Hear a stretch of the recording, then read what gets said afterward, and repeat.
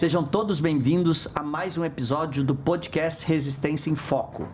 Hoje nós temos aqui um convidado especial que veio direto de Santa Cruz do Rio Grande do Sul, Dr. Marcelo Carneiro, médico infectologista do Hospital Santa Cruz e professor da Universidade Santa Cruz do Sul. Marcelo, que prazer tê-lo aqui conosco, né? Vou te chamar de Marcelo, de Carneiro, a gente vai descontraindo, né? Mas eu queria dizer assim que é um prazer você ter vindo lá de Santa Cruz até aqui para gravar o podcast com a gente. Seja muito bem-vindo. Muito obrigado, Piloneto, então, para não confundir com o Marcelo, né? E me sinto, eu me sinto honrado, né? De estar aqui, né? Sabendo de todas as pessoas que já estiveram e aí a gente poder contribuir e conversar um pouco mais também. Marcelo Carneiro é mais uma das celebridades que a gente entrevista aqui, né? Tem um currículo maravilhoso, aí muitas atividades em conjunto com a Anvisa, com o Ministério da Saúde, né? Na BIH. Marcelo, eu queria te perguntar nesse início, para a gente quebrar um pouco o gelo, da onde vem a trajetória da tua carreira? Primeiro, por que você escolheu medicina, depois infectologia, controle de infecção e chegou até aqui, né? Pois é engraçado, tá? Porque eu não queria ser médico. Nem sabia que poderia ser médico. Que legal. E quando eu disse que eu faria medicina, meu pai disse que eu não iria passar no vestibular. Então, talvez naquela teoria do, né? Vamos estimular o invertido, né? Vamos desafiar. Desafiar. E foi uma coisa engraçada, porque eu estava com um papel pronto para pagar no banco para fazer engenharia civil. Olha só. E na fila do Banco do Brasil eu disse, não quero isso, vou trocar. E troquei, sem contar para ninguém, sem falar, sem avisar, nem eu acreditava naquilo que estava acontecendo. E aconteceu, né? E uma coisa que me chamava muita atenção, que foi na década de 80, no colégio, e a questão do HIV.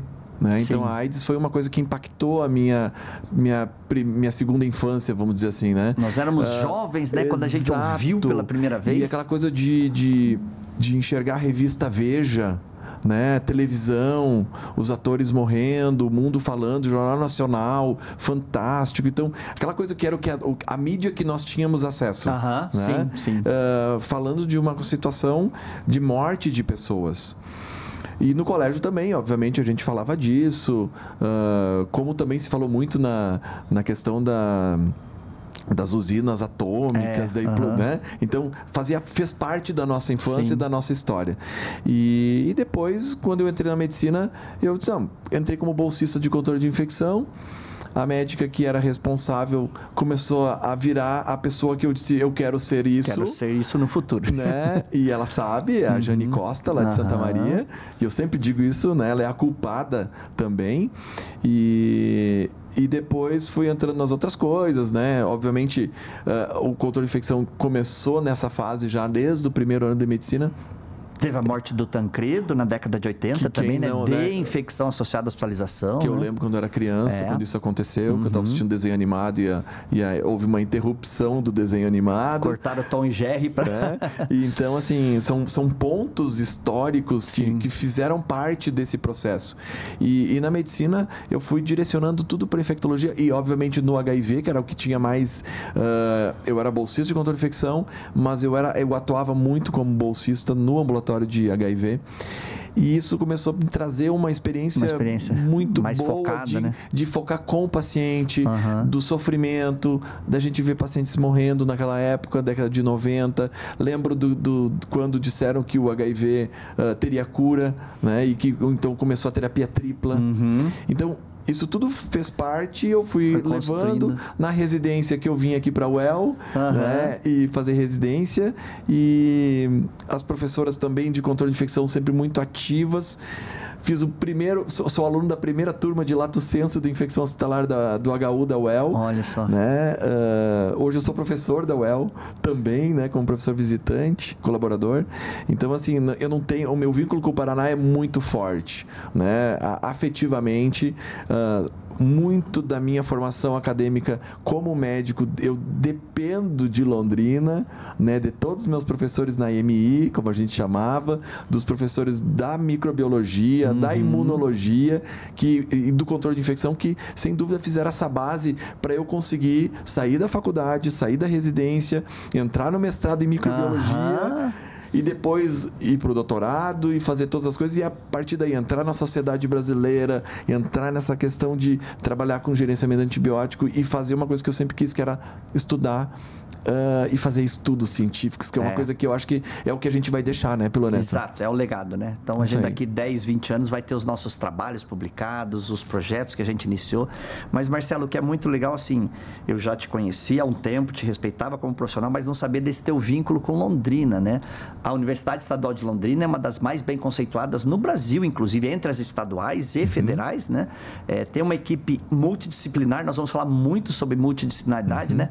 Aproveitar e mandar um abraço lá para Marcilene, para Márcia, para as nossas colegas microbiologistas que foram tuas mentoras, professoras, né? E que legal, que bom saber. Você é nascido no Rio Grande do Sul. Sim, sou em Santa Cruz mesmo? Santa Maria. Santa Maria. Me formei em Santa Maria, fiz graduação na Federal lá. E a ideia era assim, meu pai disse que eu tinha que estudar em Santa Maria porque eu morava em Santa Maria. Sim. Mas ele disse, depois tu vai para onde tu quiser. Vai pro mundo. E o primeiro lugar que eu vi, coincidentemente, foi vir pro Paraná. Que legal. E ou era Londrina ou era Curitiba. Mas aí, como eu fiz a prova em Londrina e já passei, eu fiquei com receio de largar e fiquei, gostei muito da cidade, gosto muito da cidade. Eu sou londrinense de coração, eu digo, né? Que legal ouvir isso. Marcelo, eu sei que você atua em várias frentes, né? Mas hoje a gente quer conversar muito sobre gerenciamento de antimicrobianos, programas de gerenciamento de antimicrobiano. Você tem uma história muito rica nisso, né? Estamos escrevendo um artigo em conjunto, mas eu queria começar a nossa conversa assim, você situando o nosso ouvinte, porque nosso ouvinte a gente tem não especialistas, né? Profissionais de saúde, população em geral, mas tem o especialista e o ultra especialista. Então, conta para nós um pouco dessa história assim do termo, não só do termo, mas da vibe, vamos colocar assim, né? Do stewardship, que eu acho uma palavra belíssima, né? A gente acaba traduzindo, mas eu acho antimicrobial stewardship, ou programa de gerenciamento de antimicrobianos, ou programa do uso racional. Conte para nós um pouco como que isso foi crescendo e se fortalecendo no Brasil, porque você participou dessa história toda, né? Não, isso também foi engraçado, porque começou com um estudo de infecção cirúrgica na América Latina, que eu entrei, conheci um grande pesquisador que hoje também é um consultor da OPAS, que é o Rodolfo Queiroz, da Argentina. Depois ele me convida para participar de um estudo na América Latina. Olha, nós precisamos saber o que a América Latina tem de gerenciamento de antimicrobianos. O mundo já existe. Que ano mais ou menos isso? 2012. Recente, né? Nesse momento, conversei num cafezinho, num congresso, né, fiz um estímulo com a Anvisa, disse, olha, nós tínhamos que fazer algo nesse sentido. Isso foi crescendo, 2017, depois o primeiro inquérito nacional, o segundo inquérito, terceiro inquérito, atenção hospitalar, UTI, hospital geral, atenção primária. E uma coisa que me incomodou também, Leonento, foi um evento internacional em Brasília, com a British Society. Muito ativa, né? Muito. Onde na primeira palestra eles falaram assim, a gente não encontrou nenhum dado brasileiro. Isso me incomodou muito. O que o Brasil faz de gerenciamento de antimicrobianos? Foi nesse dia que a gente disse, não, nós vamos fazer. Vamos ser essa referência que não existe, o né? Stewardship Brasil. Isso. Então, assim, um mapinha do Brasil, bem bonitinho, Stewardship Brasil, onde a gente começou a criar essa logo. E assim, rapidão. Tipo, tudo para ontem, né? Que é sempre dessa forma. Sempre assim, né? Surge uma demanda, é urgente, tem que correr. E a Anvisa comprou isso, confiou na gente. Então, assim, nós temos uma equipe muito grande na universidade. A Anvisa conhece, desceu lá para o Rio Grande do Sul para conhecer a universidade, o nosso programa de pós-graduação em promoção da saúde. É uma linha de pesquisa específica, que é a linha que eu estou, na linha do CNPq. E com isso, então, a gente foi ampliando. Mas, assim, te digo, começou com o estudo internacional, tanto que eu digo que o Rodolfo, ele é culpado. Ele é culpado, né? Ele é o MIPAPA, que eu chamo. MIPAPA. Aí eu trouxe esse estímulo no Brasil, onde eu fui coordenador brasileiro de 5 hospitais em gerenciamento, e tudo que a gente implantou nesses hospitais continua até hoje. Então, é legal porque o ouvinte, ele tá mais exposto ao termo, né? Stewardship, o gerenciamento de antimicrobianos, mais recentemente, né? Mas tem uma história aí de mais de uma década já, né, Marcelo? Então, não é algo novo. Não, mas assim, para mim parece que foi ontem, tá? E quando tu fala em tempo, eu começo a olhar, mas já faz tudo isso, né? E nós vamos entrar para quase uma década na primeira diretriz de gerenciamento de antimicrobianos, e isso me dá muito assim, e eu fico muito feliz em colocar o nome do Brasil e o que a gente faz no Brasil, e a gente faz muito bem. A América Latina nos enxerga de um jeito diferente, porque nós somos um país gigante, continental, né? Que é referência na América Latina. Apesar da gente falar português, né? Eles nos colocam numa situação muito interessante, assim, onde nós somos uma referência latina para eles. É uma liderança, né? E uma referência que é muito parecida com a deles, sem a gente, não desmerecendo o pessoal do hemisfério norte, mas eles têm uma outra característica. Outra realidade, né? Uma realidade financeira, uma realidade de hospital, uma característica laboratorial, que se a gente tem que falar também, climática, né? Sem dúvida, diferente. Se a gente tem que colocar clima hoje dentro do One Health, a gente precisa deixar isso muito claro. Então, me parece que nós estamos muito linkados, e nós, como América Latina, que é uma coisa que a gente sempre conversa, nós somos um continente. Exato. E um continente com várias diferenças. Multifacetado, né? E isso dá um peso numa referência, mostrando uma realidade de low middle country, né? De uma forma sustentável, diferente do continente africano, diferente do pessoal hemisfério sul, lá da Ásia. Na Ásia. Né? Claro que a gente tira a Austrália da conversa, bota o restante ali, mas assim, somos vários pedaços muito diferentes. E a gente precisa mostrar o que a gente faz, e a gente faz muita coisa legal. E a gente só tem que mostrar isso pro pessoal enxergar. Exatamente, a gente precisa, e esse mostrar vem de publicações, vem de participar de palestras, de congressos, você falou, né? Um networking extremamente importante, né? Mas me conta um pouco mais sobre programa de gerenciamento dos antimicrobianos, ou programa de gerenciamento de antimicrobianos. Existe ali as regras básicas, né? Que todo programa deve ter, os componentes, né? E qual que é a filosofia por trás do stewardship? A gente usa muito o modelo americano, né? A gente então tenta fazer uma adaptação do que o CDC fez. Claro que as nossas características, nossas dificuldades, nossas fragilidades são diferentes, mas no final das contas, sempre o que eu percebo, Piloneto, é que as fragilidades dos componentes do PGA está relacionado com comportamentos. Comportamento médico, né? Exatamente. Não é o médico, não, é o comportamento do médico, é o comportamento do farmacêutico, é o comportamento do enfermeiro, é o comportamento do laboratório. Onde, se eu, como médico, ligar para ti no laboratório e tu não tiver tempo de conversar comigo para falar sobre se a cultura está crescendo ou não está crescendo, porque isso num overnight eu já consigo saber e já decidi descalonar ou escalonar minha terapia, eu consigo agregar valor para o paciente, diminuir resíduos hospitalares. Estou falando agora em Agenda 2030. Todas as ODS. Exatamente. Estou falando em SG, né? Ou seja, eu coloco o ambiente, o social e a governança dentro desse processo, e a gente começa a trabalhar num algo maior. Muito maior. Me parece que e aí o stewardship, né? O programa de gerenciamento, ele não é apenas gerenciamento de antimicrobianos. A gente começou isso dentro do hospital como núcleo de gerenciamento de antimicrobianos, e o farmacêutico clínico tem um papel central. Todos os estudos que a gente fez e os nossos estudos da América Latina mostraram na análise multivariada que a pessoa que fez diferença é o farmacêutico clínico. Que bom. Então, isso me coloca dentro de uma situação onde eu fortaleço as farmacêuticas clínicas e dou todo o respaldo, e elas estão sob minha gerência. Eu sou o líder do processo, mas elas precisam de alguém, porque tu sabes que conversar com... fazer intervenção farmacêutica na prescrição do médico não é uma coisa simples. Não. E a gente precisa ter isso muito claro. Então, tem um paradigma aí, mas é óbvio, nós temos que vencer. Porque nos Estados Unidos já aconteceu. Já aconteceu. E aconteceu há mais de 20 anos. E lá já tem o conceito do PharmD, né? Que é o doutor em farmácia, é respeitado. E que o médico não consegue mais fazer nada se ele não estiver junto. Exato. Junto, né? Isso. Junto, não é então, um acima do outro. E eu sempre coloco, Piloneto, assim, que o farmacêutico também no Brasil começou a mudar o seu perfil. Se criou se ampliou a profissão biomedicina para laboratório. Exato. E o farmacêutico começou a ficar para outro lugar. Foi mais para farmácia clínica, né? E ele foi para farmácia industrial, para farmácia clínica. Só que uma coisa que é uma crítica construtiva, e lá na universidade eu me propus a dar aula na farmácia justamente para trazer essa versão médica farmacêutica e dizer, pessoal, nós estamos lá para ajudar vocês. Nós temos que trabalhar junto. E eu coloco o enfermeiro junto. Fantástico. Então, é um gerenciamento e eu digo, já coloco agora a segurança do paciente como meta 3, porque é o medicamento certo para o paciente certo, na dose certa, no tempo certo, para a doença certa.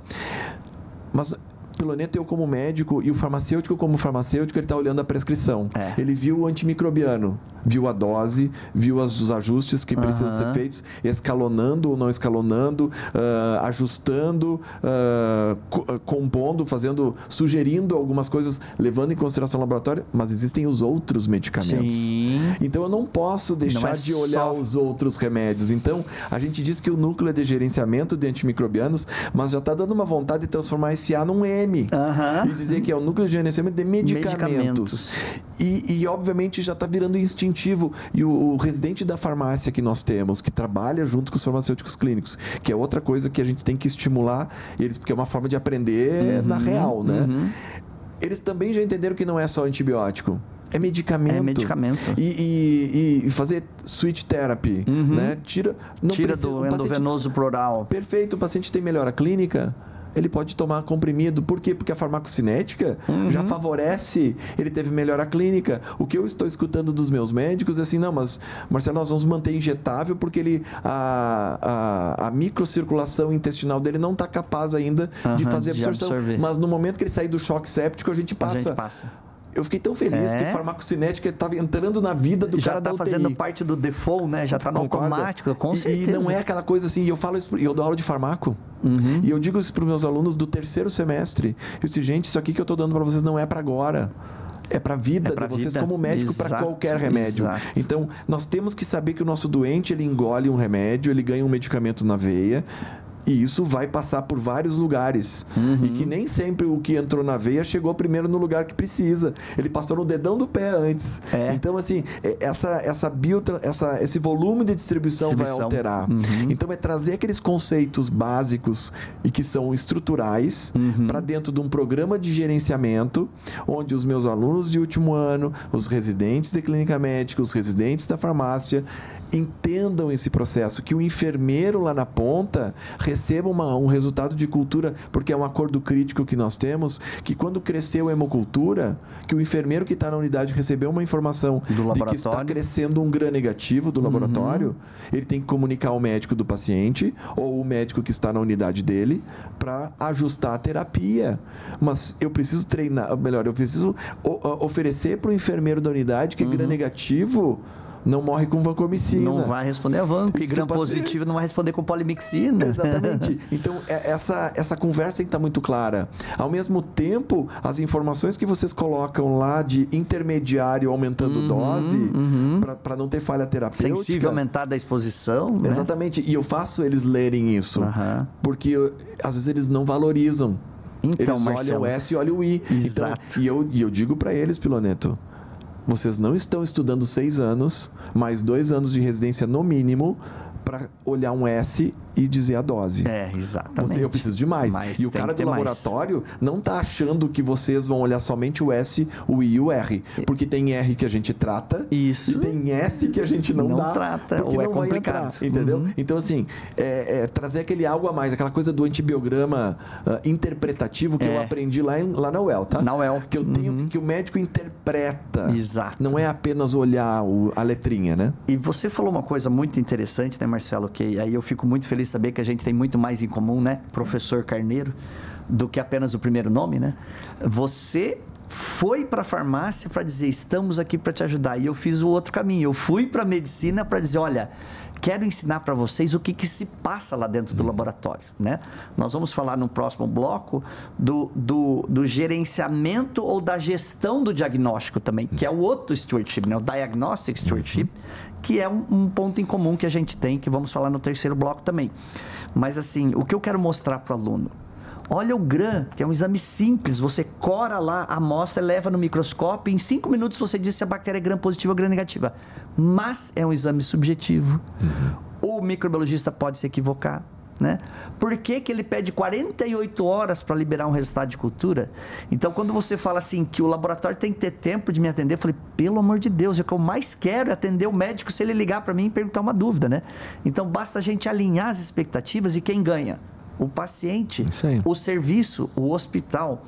Então, eu gosto de pensar muito no programa de gerenciamento de antimicrobianos, na gestão do diagnóstico no laboratório como investimentos, né? E são investimentos que tua história diz, né? Tua experiência diz que tem retorno, né? E eu te digo, e é retorno financeiro, e não é só financeiro, é ambiental. Porque se eu... Vamos lá, na switch therapy do IV para o VO, eu estou diminuindo o resíduo de plástico, de equipo, diminuindo IRAs, porque é um catéter a menos para dar infecção. Estou já quase liberando ele do hospital, porque vai terminar o tratamento em comprimido, vai terminar em casa. Com isso, eu faço sustentabilidade do sistema público de saúde e do sistema suplementar, porque o sistema suplementar de saúde... Ah, mas eu tenho convênio. Meu amigo, se o sistema suplementar quebrar, o sistema público não comporta. Não aguenta. Lembrando que o sistema de saúde brasileiro, o SUS, ele é composto do sistema público e privado. Exato. As duas coisas precisam estar juntas, porque uma funciona alinhada à outra. Então, não é brigar com um sistema ou outro. Não é um sistema que é capitalista e o outro não é. Não, gente. É coexistir, né? Exato. E isso existe para a nossa vida, né? Exato. E assim, ficou muito claro na pandemia quando a gente depende dos dois. Quer dizer, o sistema público, o Ministério da Saúde contratou mais leitos de UTI no sistema privado, porque só o público não ia dar conta. Isso aí. E aconteceu no mundo. No mundo, exatamente. Né? Então, assim, nós temos que também parar com essa discussão de que... Essa divisão, né? O público é pior, o privado é melhor, o privado não funciona nisso, funciona naquilo. Que só um é bom, o outro... Não é assim. Exato. Né? Então, assim, e se a gente for ver, nós temos muitas coisas positivas nos dois, e nós temos só que achar o meio termo e fazer com que as coexistências sejam positivas, sejam amigáveis, né? E se a gente traz isso para o ambiente laboratorial, é exatamente o que você está falando, né? Não existe, assim, um bom laboratório, um laboratório de excelência na área pública ou privada, as metodologias são as mesmas, os desafios, as complexidades, né? Então, o investimento em capital humano, intelectual, tem que ser o mesmo também, né? Sim. Então, essa questão, assim... Eu gosto muito desse teu alinhamento com a parte educacional, né? A gente vinha conversando nos bastidores, né?